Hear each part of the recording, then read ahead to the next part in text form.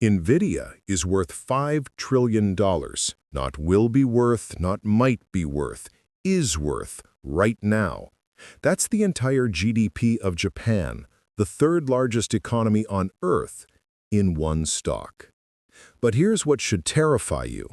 The people managing $1.3 trillion just went on record. There's no playbook for this. Deutsche Bank's investment arm, the same institution that survived 2 world wars and a dozen crises, admits they have zero historical reference for what's happening. This isn't a bubble forming, it's not getting frothy, it's a $5 trillion experiment with retail investors who've never been tested when things collapse. And when the CEO of a $1 trillion fund says we're examining whether this could unravel faster than anything in history, you should pay attention.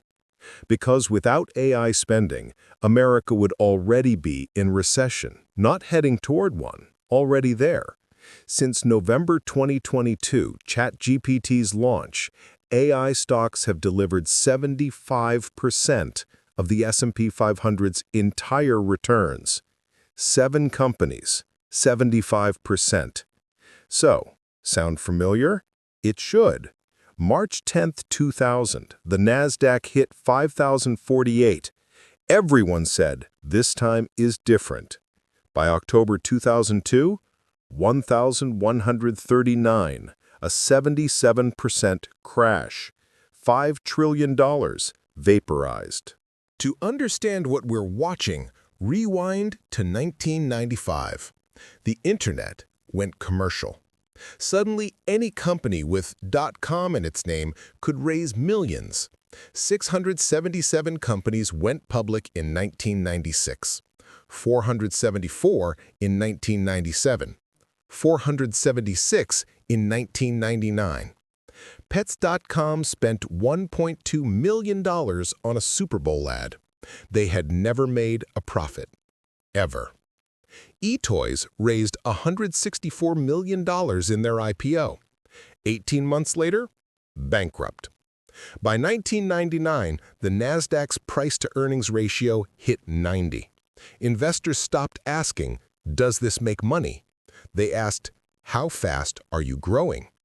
Revenue mattered. Profit didn't. Sound familiar? The Federal Reserve kept interest rates low. Money was cheap. Venture capital flooded in. By 1999, 39% of all venture capital went to internet companies. Everyone was getting rich, on paper. Alan Greenspan gave a speech in December 1996. He used 2 words, irrational exuberance. The market ignored him. It kept climbing for 3 more years. Then Japan entered recession in March 2000. The Nasdaq lost 2.6% in one day. That was the first crack. Within a month, the Nasdaq had lost 34.2% of its value. By April 14, 2000, it dropped 25% in a week, the worst week since Black Monday, 1987.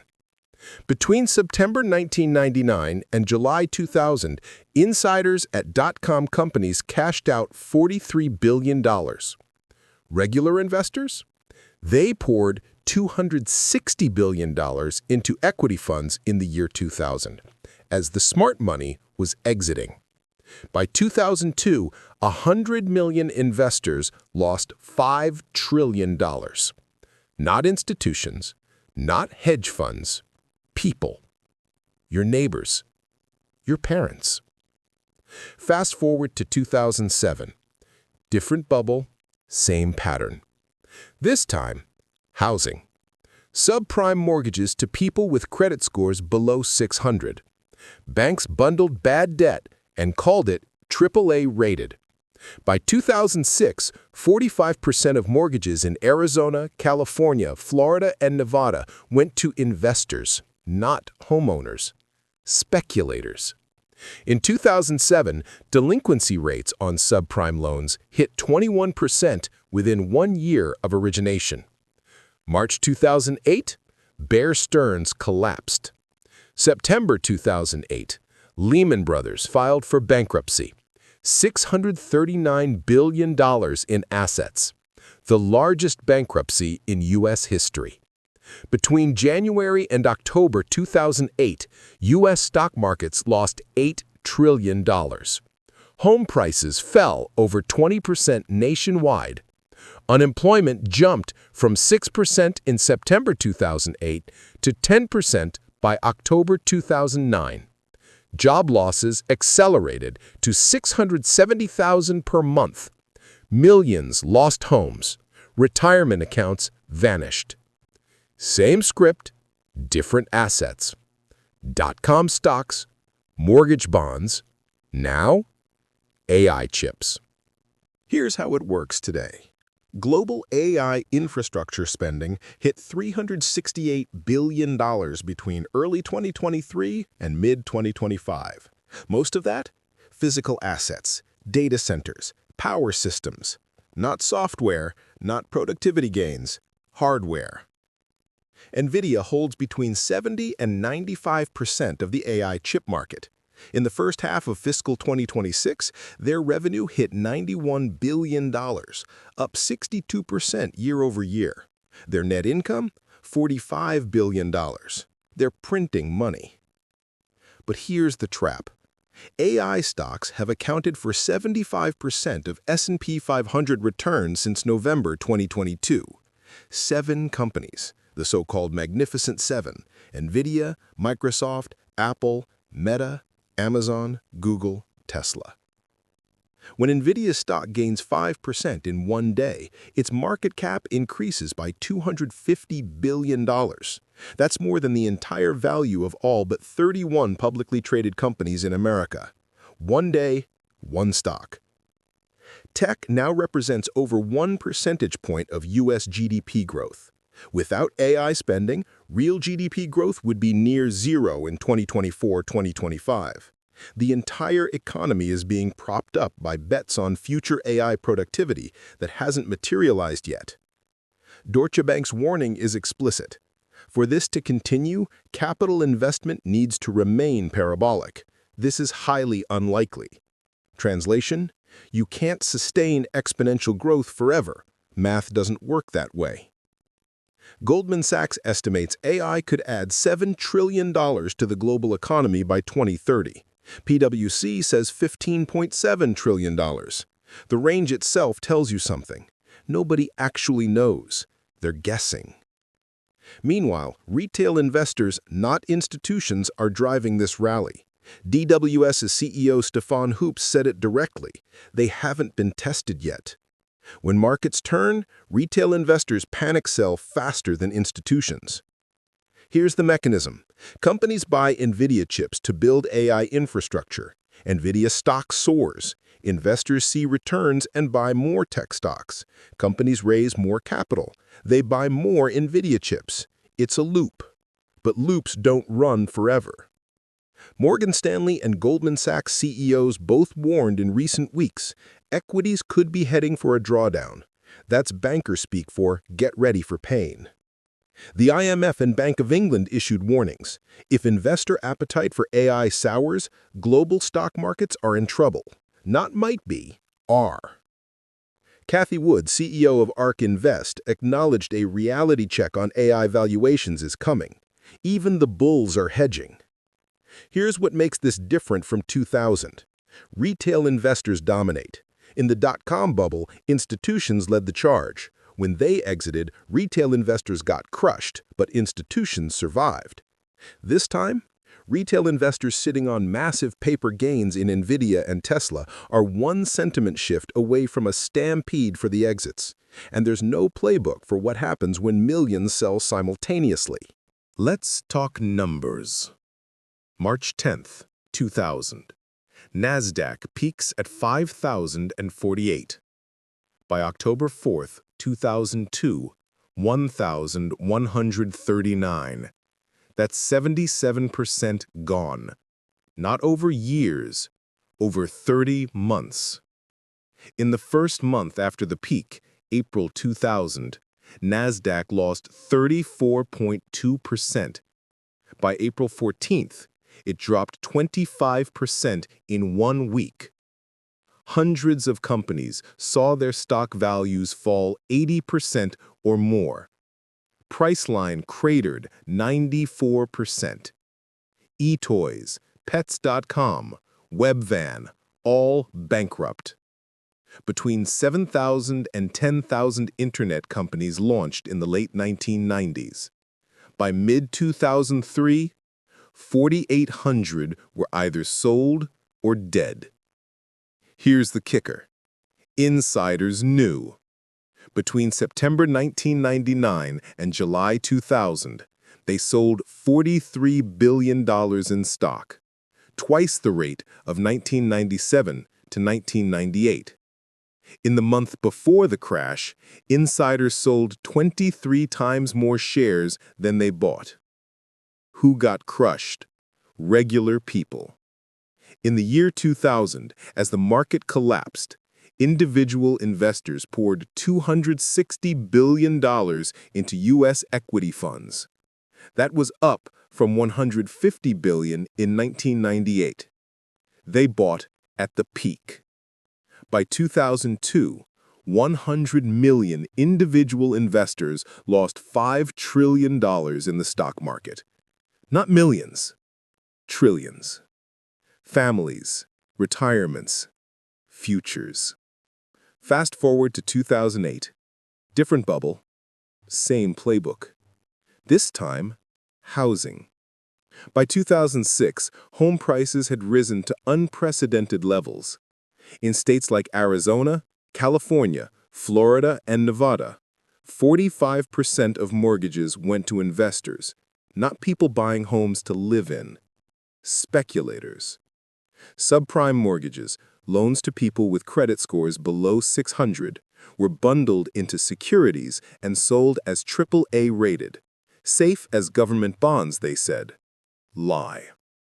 In 2007, 21% of subprime loans defaulted within 1 year. Even borrowers with over 700 credit scores saw 10% delinquency rates.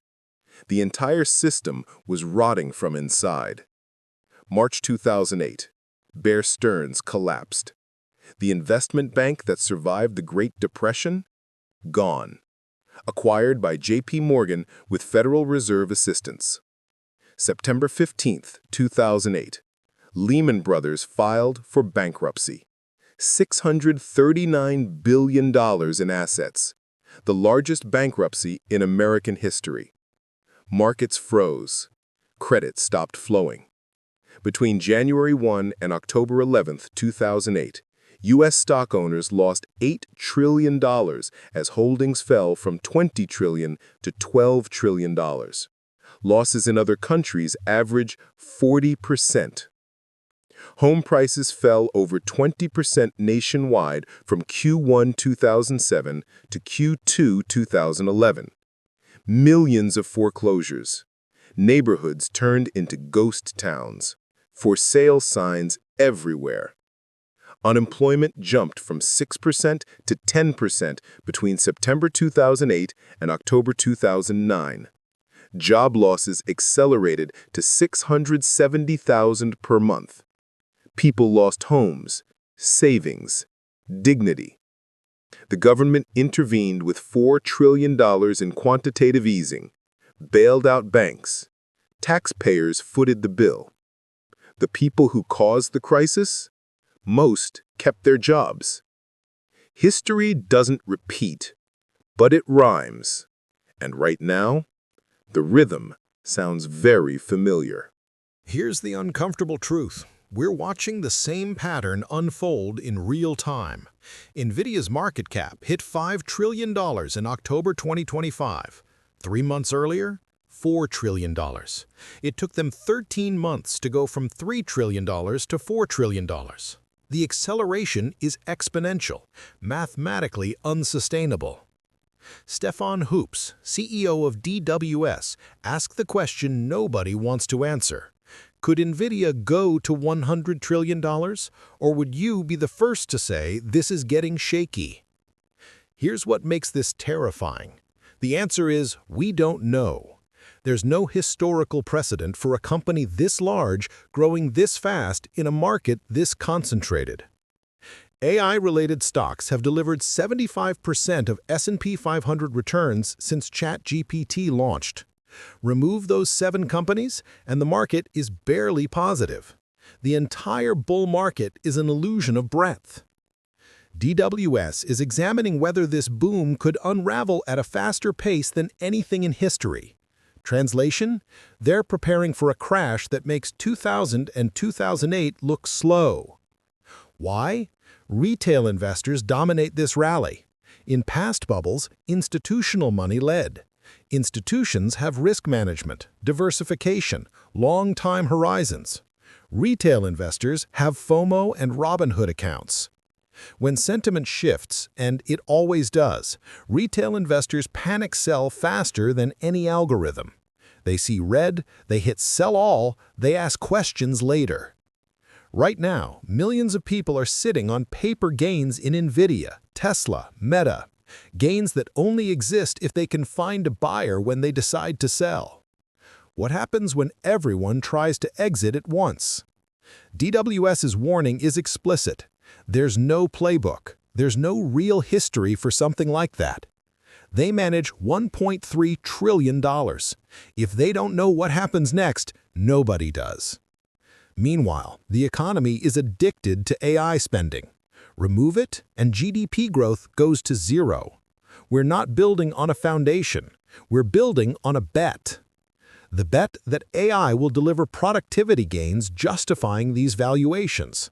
The problem? Those gains haven't shown up yet. Not in GDP, not in corporate earnings outside tech, nowhere. Goldman Sachs and PwC give estimates ranging from $7 trillion to $15.7 trillion in AI value by 2030. That's not precision. That's a dartboard. When the range is more than double, you're guessing. Here's the final piece. Every bubble ends the same way. A trigger, usually small. Japan's recession in 2000, subprime defaults in 2007. It doesn't take much. Then, in days or weeks, the narrative flips. AI is the future becomes AI is overhyped. Buy the dip becomes cut your losses. And trillions vanish. So what do you need to understand? First, bubbles aren't obvious while you're in them. In 2000, people said the internet changes everything. True. But that didn't mean every internet stock was worth billions. In 2008, they said housing always goes up, until it didn't. Today, they say AI is the future. Also true, but that doesn't mean current valuations are justified. Technology being transformative and stocks being overvalued can both be true simultaneously. Second, when a trillion-dollar fund says there's no playbook, listen. DWS didn't say we think there might be risk. They said we have no historical reference for managing this. That's not caution. That's alarm. Third, concentration is danger. When 75% of market returns come from 7 stocks, you don't have a healthy bull market. You have a house of cards. One strong wind and the structure collapses. What should you do? Diversify beyond tech. If your portfolio is 80% Nvidia, Tesla, and Microsoft, you're not investing, you're gambling. Spread exposure across sectors, geographies, asset classes. Have cash reserves.